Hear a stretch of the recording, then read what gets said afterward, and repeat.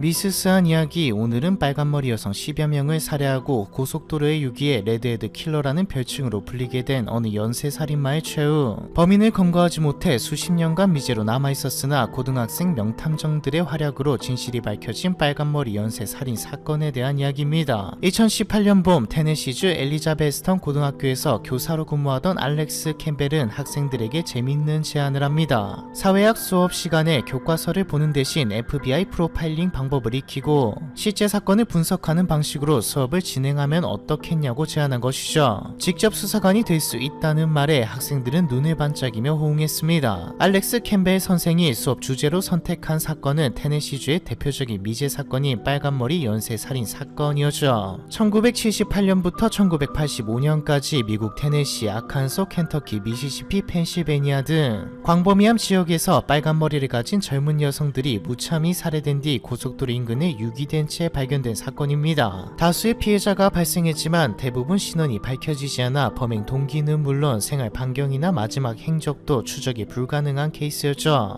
피해자가 언제 어디서 누구와 마지막으로 만났는지 수사 동선이 그려져야 용의자 리스트를 만들 수 있는데 해당 사건의 경우 피해자가 누구인지조차 확인할 수 없었습니다. 그저 비슷한 시기 연달아 발견된 5구의 재인도가 연쇄살인 사건의 피해자일 수 있다는 가능성이 제기된 상태일 뿐이었죠. 참고로 재인도는 영어권 국가에서 신원미상의 여성 시신을 지칭하는 용어입니다. 경찰은 신원불명의 재인도들이 히치하이킹을 시도하거나 성매매를 하다가 살해되었을 것이라고 추정했죠. 5구의 시신 외에도 비슷한 수법으로 살해된 시신이 9구나 더 있었으나 같은 연쇄살인 사건의 피해자가 맞는지 확인할 방법은 없었습니다. 알렉스 캠벨 선생은 확인된 게 아무것도 없는 장기 미제 사건이었기에 수업 주제에 걸맞다고 생각했죠. 나도 평생을 테네시에서 살았지만 빨간머리 살인 사건에 대한 이야기는 거의 들어본 적 없었다. 워낙 오래전 사건이고 밝혀진 내용이 아무것도 없어서 사람들의 기억에서 잊혀져 버린 것이다. 관할 경찰서에 연락해 단독 범행인지 2명 이상이 함께 저지른 범행인지 사건 이후 연쇄살인범이 다시 나타난 적 있는지 없는지 확인해봤지만 아무도 대답하지 못했다. 밝혀진 사실이 없기 때문에 오히려 학생들이 수업에서 배운 내용을 자유롭게 적용할 수 있을 것이라고 생각했다. 캠벨 선생은 전직 FBI 요원과 현직 형사들을 학교로 초대했고 학생들은 수사 전문가의 지도를 받아 프로파일링 기법을 차근차근 배워나갔습니다. 동시에 프로젝트의 첫 번째 목표를 범인이 1명인지 또는 2명 이상의 공범이 있는지 밝혀내는 것으로 정하고 총 14건의 유사 사건 중 5건을 집중 분석하기 시작했죠. 빨간머리 연쇄살인 사건의 1차 피해자로 추정되는 여성은 1984년 9월 16일 아칸소주 웨스트 멤피스 근처의 고속도로 인근에서 발견됐습니다. 발견 당시 시신은 스웨터 하나만 입은 반나체 상태였으며 신원을 확인할 유류품은 없었죠. 9개월 후인 1985년 6월에야 지문 대조를 통해 피해자가 웨스트 버지니아 출신의 28세 여성 리사 니콜스라는 것을 확인했습니다. 리사 니콜스는 가족들과 떨어져 긴 시간 홀로 지내고 있었고 플로리다에 한동안 머물다가 다른 지역으로 가기 위해 고속도로 트럭 정류장 근처에서 히치하이킹을 하던 중 살해된 것으로 추정되었죠. 2차 피해자는 1985년 1월 1일 테네시주 젤리코 근처 캠벨 카운티 75번 고속도로 남쪽 제방 아래에서 담요에 쌓인 채 발견됐습니다. 어깨까지 오는 길이의 붉은 곱슬머리와 노관을 가진 백인 여성으로 황갈색 풀오버 셔츠와 청바지를 입고 있었죠. 손목과 발목이 단단히 결박돼 있었으며 발견되기 최소 3-4일 전의 사망에 이미 부패가 시작된 상태였습니다. 부검 결과 피해자는 임신 12주 차였으며 나이는 17세에서 25세 사이로 추정되었죠. 몸 전체에 죽은 깨가 있었고 한쪽 팔에 화상 자국을 포함해 크고 작은 흉터가 남아있었습니다. 시신을 싸고 있던 담요에 체액이 묻어있던 것으로 보아 성범죄 피해를 당한 후 살해된 것으로 보였으나 피해자의 신원은 끝내 밝혀낼 수 없었죠. 3차 피해자는 1985년 4월 3일 테네시주에서 머지않은 와오밍주 캠벨 카운티 노천광산 근처 도로에서 백골 사체로 발견됐습니다. 두개골을 포함해 32개의 백골을 조사한 결과 9세에서 15세 사이로 추정되었고 최소 1년 전에서 최대 4년 전 사망한 것으로 보였죠. 백골 사체 근처에서 플라스틱 단추로 만든 목걸이와 팔찌 등 어린 소녀가 지니고 다녔을 만한 소지품과 옷까지 일부가 발견됐지만 신원을 밝힐 만한 증거는 나오지 않았습니다. 4차 피해자 역시 백골 사체로 발견되었는데요. 1985년 3월 31일 테네시주 치턴 카운티의 플레전트 뷰에서 신원미상의 백골 사체가 나와 수사가 개시됐습니다. 피해자는 빨간 머리의 백인 여성으로 발견 당시 셔츠, 스웨터, 바지, 속옷 등 옷을 입고 있었으며 나이는 31세에서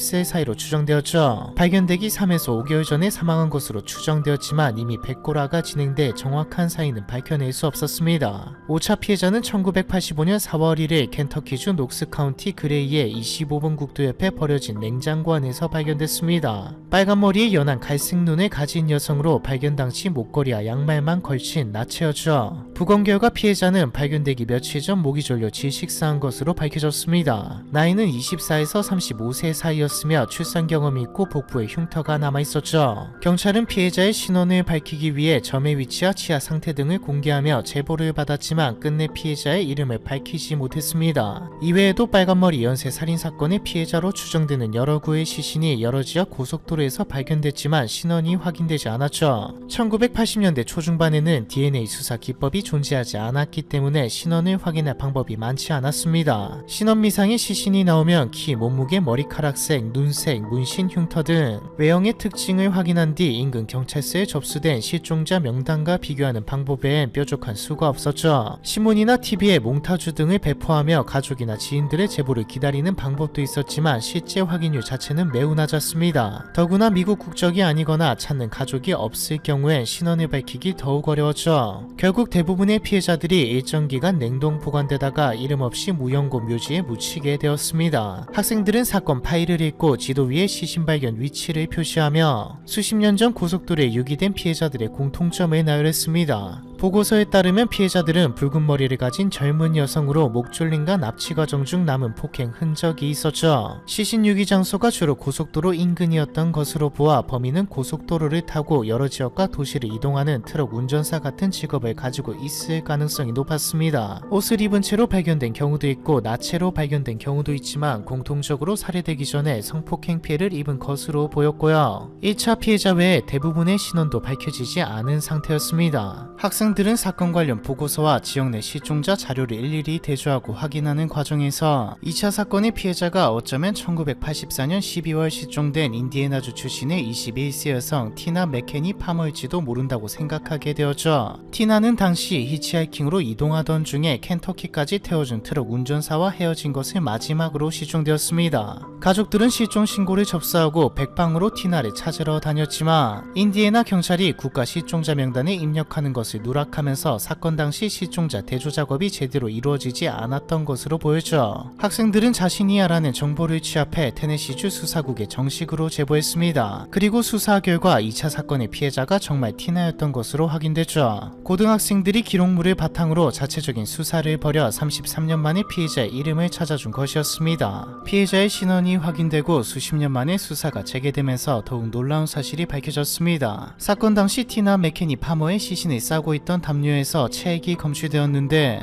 DNA 수사 과정에서 일치하는 대상자가 나온 것이었습니다. 제리 론스라는 이름의 남성으로 과거 한 여성을 납치하고 살해하려 한 혐의로 유죄 판결을 받은 상태였죠. 1985년 3월 당시 37세 트럭 운전사였던 존스는 테네시주 스트릿 클럽에서 타샤라는 가명으로 활동하던 젊은 스트리퍼를 만났습니다. 제리 존스는 자신이 텍사스주에서 파견된 수사관이며 현재 범인 검거를 위해 잠복 중이라고 소개한 뒤 후원 금액을 제시하며 타샤를 모텔로 데려갔죠. 금액의 절반을 먼저 주고 나머지는 나중에 주겠다고 했지만 존스는 성관계를 마친 후 돌변해 타샤의 티셔츠를 찢어 손과 발을 결박하고 입을 틀어막았습니다. 그리고 타샤를 트럭에 태워 고속도로를 따라 숲속으로 데려간 후 목을 졸라 살해하고 유유히 자리를 떠난 것이었죠. 하지만 타샤는 죽지 않고 곧 정신을 차렸습니다. 타샤는 도랑에서 기어 올라와 고속도로를 지나가던 운전자를 향해 필사적으로 손을 흔들었죠. 무사히 구조된 타샤는 경찰에게 존스 이름, 인상착이 머물렀던 모텔방 번호, 차량 번호까지 모든 정보를 진술했습니다. 진술 중에는 인상적인 내용도 포함되어 있었죠. 그 남자는 제가 진짜 붉은 머리가 아니라는 것을 알고는 갑자기 불같이 화를 내기 시작했어요. 염색머리가 죽을 죄를 지은 것도 아닌데 자기를 속였다며 죽여버리겠다고 위협했어요. 존스는 경찰과 끈질긴 추격전을 벌인 끝에 체포되었고 차량 안에서는 장전된 권총과 현금 $752 그리고 타샤의 찢어진 옷가지가 발견되었습니다. 되었죠. 증거가 너무나 명확했기에 존스는 곧바로 재판에 회부되어 납치 및 살인 미수 혐의로 종신형을 선고받았습니다. 재판이 끝난 뒤에도 끝까지 결백을 주장하며 경찰이 수사를 조작했다고 주장하던 존스는 복역 중이던 2015년 67세 나이로 사망했죠. 유력한 용의자가 특정되었지만 이미 사망한 상태라 더 이상 죄를 물을 수 없는 상황이었습니다. 그렇다고 아무 의미가 없었던 것은 아니죠. 2차 피해자 티나 맥케니 파머의 신원이 밝혀진 이후 재수사가 시작되면서 다른 피해자의 신원도 차례차례 밝혀지기 시작했습니다. 5차 피해자는 딸을 낳은 지 6주 만에 실종되었던 레지나 필그림이었고 4차 피해자는 테네시주 내슈빌 출신의 23세 미셸 라본 임먼으로 확인됐죠. 3차 피해자는 인디애나주 라피엣에 거주하던 15세 소녀 트레이시 수 워커였고요. 오랜 세월 제인도라고 불렸던 피해자들은 본래 이름을 되찾고 가족들의 품으로 돌아갔습니다. 그리고 비록 사망한 상태지만 용의자인 제리 존스도 법정에 세워 죄를 물을 수 있게 되었죠. 2019년 12월 18일 캠벨 카운티의 데벨 시먼은 만약 제리 존스가 살아있었다면 티나 맥케니 파머에 대한 1급 살인 혐의로 기소되었을 것이라고 판결했습니다. 존스가 저지른 살인을 공식화하고 티나 맥케니 파머가 살인사건의 피해자임을 법적으로 인정한 것이었죠. 너무 늦긴 했지만 영원한 콜드케이스는 없음을 증명하며 미국 사회 내 정의는 늦더라도 결국 증명된다는 메시지를 던져주었습니다. 수십 년간 미궁 속에 빠져 있었지만 고등학교 교사와 학생들 덕분에 사건의 실마리를 찾아낼 수 있었던 빨간머리 연쇄살인 사건에 대한 이야기, 이번 편은 여기까지입니다.